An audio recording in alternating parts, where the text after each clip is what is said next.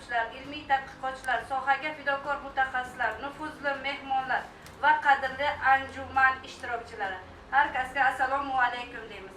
Bugun siz zamonaviy ta'lim va sog'lom jamiyat qurilishiga xizmat qilayotgan jismoniy tarbiya tizimining dolzarb masalalarini chuqur tahlil qilish maqsadida Osiyo Xalqaro Universiteti ilm, fan va ma'rifat bilan yo'g'rilgan zamonaviy majlislar zalida jismoniy tarbiya darslari, O'zbekistondagi kechagi tajribalar, bugungi yondashuv va kelajak istiqbollari mavzuidagi respublika ilmiy anjumanda jam bo'lganimizdan behad mamnunmiz. Avvalo sizlarni Osiyo Xalqaro Universiteti jamoasi nomidan bugungi respublika ilmiy amaliy anjumanda ishtirok etayotganlik bilan samimiy qutlayman. Sizlarni bugun mana shunday dolzarb mavzuda jismoniy tarbiya darslari, O'zbekistonda kechagi tajribalar, bugungi yondashuvlar va kelajak istiqbollar deb nomlangan anjuman doirasida ko'rish biz uchun katta sharaf va mas'uliyatdir. Jismoniy tarbiya faqatgina sog'lom turmush tarzining targ'ibotchisi emas, balki insonning ma'naviy, axloqiy, irodaviy va ijtimoiy rivojlanishiga muhim o'rin tutadigan ta'lim sohasidir. Osiyo Xalqaro Universitetida tashrif buyurib, mana bu shunga o'xshash mazmunli, barakotli bir tadbirga ishtirok etganimdan beg'oyat xursandmiz.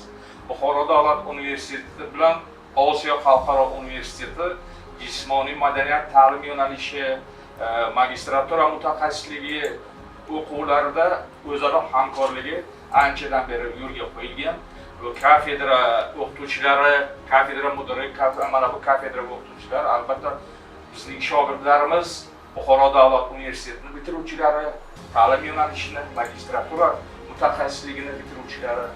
Endi soha ko'lami, har qanday soha ko'lami ijtimoiy muhitda kengayib, rivojlanib boryapti. Albatta bu yerda u natijadorligini ta'minlash uchun albatta avvalambor sifat mazmun kerak. Biz uchun muhim. Xususan mana kuzatyapman, Osiyo Xalqaro Universitetida ta'lim jarayonlarini tashkil etishda boshqa oliygohlar bilan raqobatlasha oladigan, tajribasini bera oladigan muhit, raqobatli muhitga aylanib bo'lgan. Bundan keyin yana rivojlanish tendensiyasiga ega. Uy sharoitida bitta kichkinagina kovrikcha, ya'ni qo'lincha olib, o'shaning ustida bemalol bajarishingiz mumkin. Uchun alohida men trenajyorni zalga borishim kerak degan tushunchadan yiroq bo'lish kerak. Shunday telefoningizga kirasiz, hammada Instagram, YouTube, Telegram bor. Maxsus упражнениyalarni bersangiz, kunlik kun tartibingizgacha hozir chiqarib beradi. O'tirib faqat amal qilish kerak, shunga o'z sog'lig'ingizga vaqt ajratish kerak. Ikkinchisi to'g'ri ovqatlanish. Biz endi mentalitetimizda bor, uzoq yillik o'tmishimizdan ongimizga ham, qonimizga ham singib kelgan hurmatli anjuman ishtirokchilari, ya'ni ertalab bir dona tuxum yeymiz, yo bitta kofe ichamiz, yo bitta bir stakan sut ichamiz va hokazo oddiy yengil ovqatlanamiz, kun davomida yuramiz.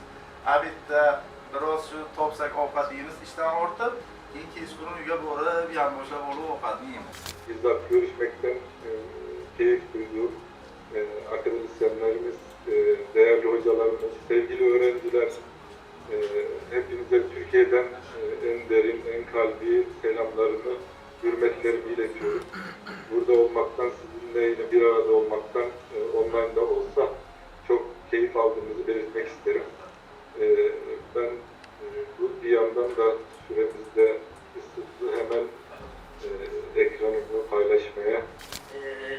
Çok saygın akademik pozisyonda bulunan akademisyen arkadaşlarımızı, sevgili öğrencilerimizi saygıyla, sevgiyle selamlıyorum.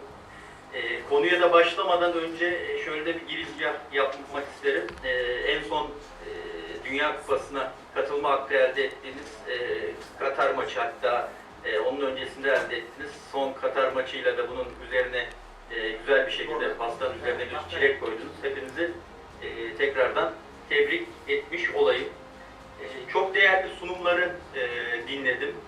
Bunlarla da alakalı kendimle ilgili şöyle bir kısa bir bilgi vermek isterim. Karabük Üniversitesi Antrenörlük Eğitim Bölüm Başkanı pozisyondayım. Eski bir milli takım sporcusu badminton sporunda ve milli takım antrenörü olarak görev. dotsenti Xayol Shohruh Asqarov o'g'li bo'ladi. Bugungi mavzudan innovatsion tizimlar asosida talabalarga sport va salomatlik immunitetini va sog'lom ruh rivojlantirish shakli haqida bugungi konferensiya o'z chiqishim bilan namoyish etmoqda. Butun jahon uzluksiz ta'lim mazmunida bo'lajak jismoniy o'qituvchilar va universitet talabalarini sport musobaqalariga tayyorlashga oid bilim va tajribalarni jismoniy madaniyat mazmuni ommaviy axborot vositalari orqali boyitib borib, musobaqaga oid bilimlarni tatbiq topshirish mexanizmlarini takomillashtirish, ta'lim-tarbiya jarayonida talabalarning sport musobaqalarini zamonaviy shakllarda tashkil etish, ularda aholi o'rtasida sog'lom turmush tarzini yanada yaxshilash, jamiyatni insoniyat ongida sog'lomlashtirish, ijobiy fikr, dunyoqarashi barpo etish, o'sha jahon andozalari asosida rivojlantirish shakl, usul va vositalarni takomillashtirishga oid ilmiy tadqiqotlar olib bormoqda. Shu bilan birga maxsus pedagogik muammo yechilgan jarayonni zamonaviy ta'lim texnologiyalari asosida tashkil qilish, yoshlarni jismoniy rivojlantirish, muammolarga oid materiallarni takomillashtirish, ta'lim jarayonida talabalarning sport musobaqalarini tashkil etishni, pedagogik imkoniyatlarni rivojlantirish masalalariga alohida ahamiyat berilmoqda. Mana puls bir daqiqada nechta urishi. Masalan, arterial qon bosimi sistolik va diastolik. Masalan, buni bilishimiz kerak. Böyle tana massasi indeksi, masalan, bo'y va vaznning mutanosiblig'i bir-biriga. Ana bu ko'rsatkichlar hammasi kompleks ravishda o'rganildi. Bu birinchi qismi. Faqat organizmning adaptiv salohiyati mana shu mezon asosida demak baholandi. Professor o'qituvchilarning nimalar? O'sha ko'rsatkichlar. Endi bundan hamma xabar bor. Bu yangilik emas. Men bu yangilik sifatida aytmayman, lekin bitta narsa bor. Nazariya qachonki amaliyotga ko'chsa, bu fanda tasdiqlanadi. Ko'pchilik bilishi mumkin, lekin uni amalga oshirmagan bilishi mumkin. Shu munosabat bilan biz mana shu jahon sog'liqni saqlash tashkiloti tomonidan hozir ham amalda bo'lgan ushbu mezonga asoslanadi tana massasi indeksi. Endi bu yerda mana ko'rsatkichlar bor. Mana ko'rsatkichlar masalan tana massasi indeksi 16 va undan kam bo'lsa, tana vaznining sezilarli tanqisligi kuzatiladi misol. Ikkinchisiga e'tibor qaratsangiz agar mana bu yerdagi mezonga 16 va 18.5 bo'ladigan bo'lsa, tana vaznining yetishmasligi. Masalan, 18.5, 29.9 bo'lsa bu me'yor hisoblanadi. Endi bu indeks hozir internetlarda mavjud. Bemalol kirib, har kim o'zini tana vazni bilan bo'y ko'rsatkichini mana shu mezonlarga qaysiga to'g'ri kelishi, kelmasligini shu turibdi. Oldinlari texnik tayyorgarlikda futbolchi bitta oyoq bilan ham zarba bersa bo'lardi. Hozirgi kunda ikki oyoq bilan ham zarba berishni o'rgatishga majburmiz. Sababi o'ng oyoqqa kelayotgan to'pni toki uni chap oyoqqa mo'ljallab, chap oyoq bilan zarba beraman degancha o'sha to'p yo'qotilib qoldi. Bu esa bizga to'g'ri kelmaydi. Shu uchun umumiy mashg'ulot jarayoni, ya'ni bitta mashg'ulot jarayonida kompleks, ya'ni ham jismoniy, ham texnik, ham taktik harakatni bir vaqtning o'zida uyg'unlashtirgan holatda mashg'ulot jarayonlarini tashkil etish. Muvozanatli ovqatlanish, ya'ni to'g'ri ovqatlanish deb ham aytiladi. Aslında şu mavzuni men o'zim talabalarimizdan ham darslarda so'rayman. To'g'ri ovqatlanish muhimmi, muvozanatli ovqatlanish muhimmi? Ko'pchilik to'g'ri ovqatlanish dedi. Shaxsan men to'g'ri ovqatlanish emas, muvozanatli ovqatlanish tarafdoriman. Chunki to'g'ri narsaning ham muvozanati bo'lishi kerak deb o'ylaymiz. Nima uchun ovqatlanish mavzusi? Sababi dunyoda hozirgi paytda ayniqsa Yevropada va AQShda eng katta muammo, global muammolarning bittasi bu semizlik kasalligi, harakatsizlik va bundan kelib chiqadi. Hozir Yevropada har 4 kishidan bittasi bu semizlik kasalligiga uchrayapti. To'g'risi O'rta Osiyoga va Osiyo davlatlariga hali fast food endi sekin kirilayotgani uchun bu hali sezilarli darajada bizlarga ko'rinmayapti.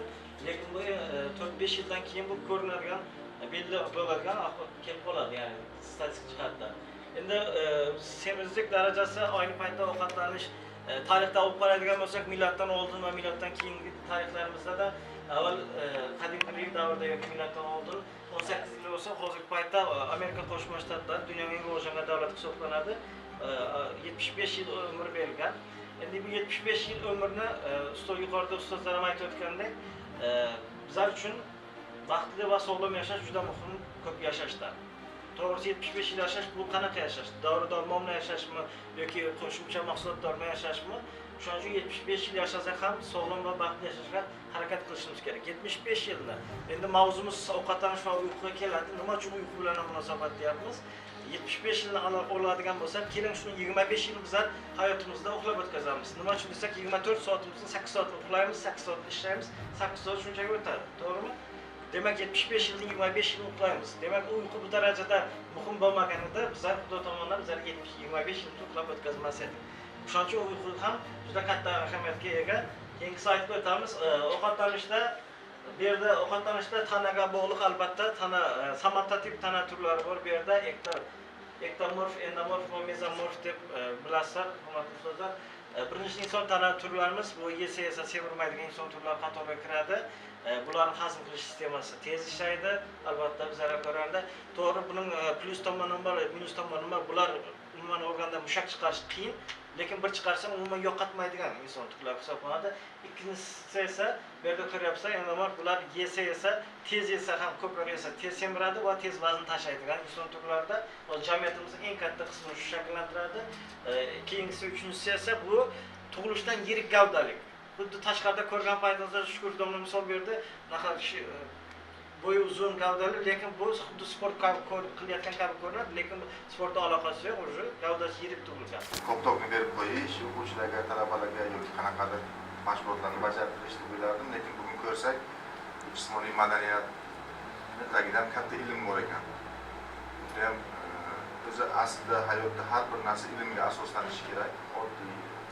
Juda oddiy jo'n narsalarni ham ilmini bilmasangiz, uni hech qachon amalga oshira olmaysiz. Shuning uchun men ayniqsa talabalarimizga aytmoqchi edim, mana bugun ustozlaringiz aytgan mavzulardan sizlar katta xulosa chiqarib, shu ilmni puxta egallang kelajakda.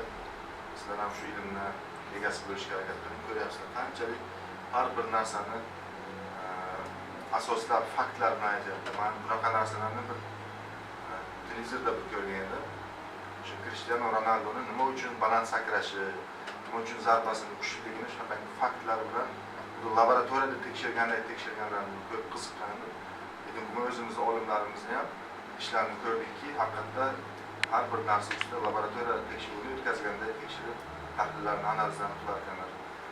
Biz shundan xursand bo'ldik. Ayniqsa xorijiy va boshqa oliy ta'lim muassasalaridan mehmonlarimizning chiqishlari ham biz uchun katta sabab bo'ldi. Rahmat hammalaringizga ishtiroklaringiz uchun, kelganlaringiz uchun. Anjumanda xorijiy tajriba bilan bo'lishgan mehmonlarimizning barcha ma'ruzachilar, professor o'qituvchilar, tashkiliy qo'mita a'zolari va faol ishtirokchilarimizga chuqur minnatdorchilik bildiramiz. Anjuman yakunida yetgan bo'lsa-da, bu ilmiy muloqot tajriba almashinuviga davom etadi degan umiddamiz. Zero sog'lom avlod, sog'lom jamiyat va sog'lom ta'lim tizimi yo'lida biz birgalikda xizmat qilishda davom etamiz. Barchangizni mustahkam salomatlik, ilmiy izlanishlaringizga yutuqlar va kelgusi faoliyatingizda zafarlar tilaymiz. Diqqat e'tiboringiz uchun tashakkur. Anjuman o'z ishini yakunladi deb e'lon qildi.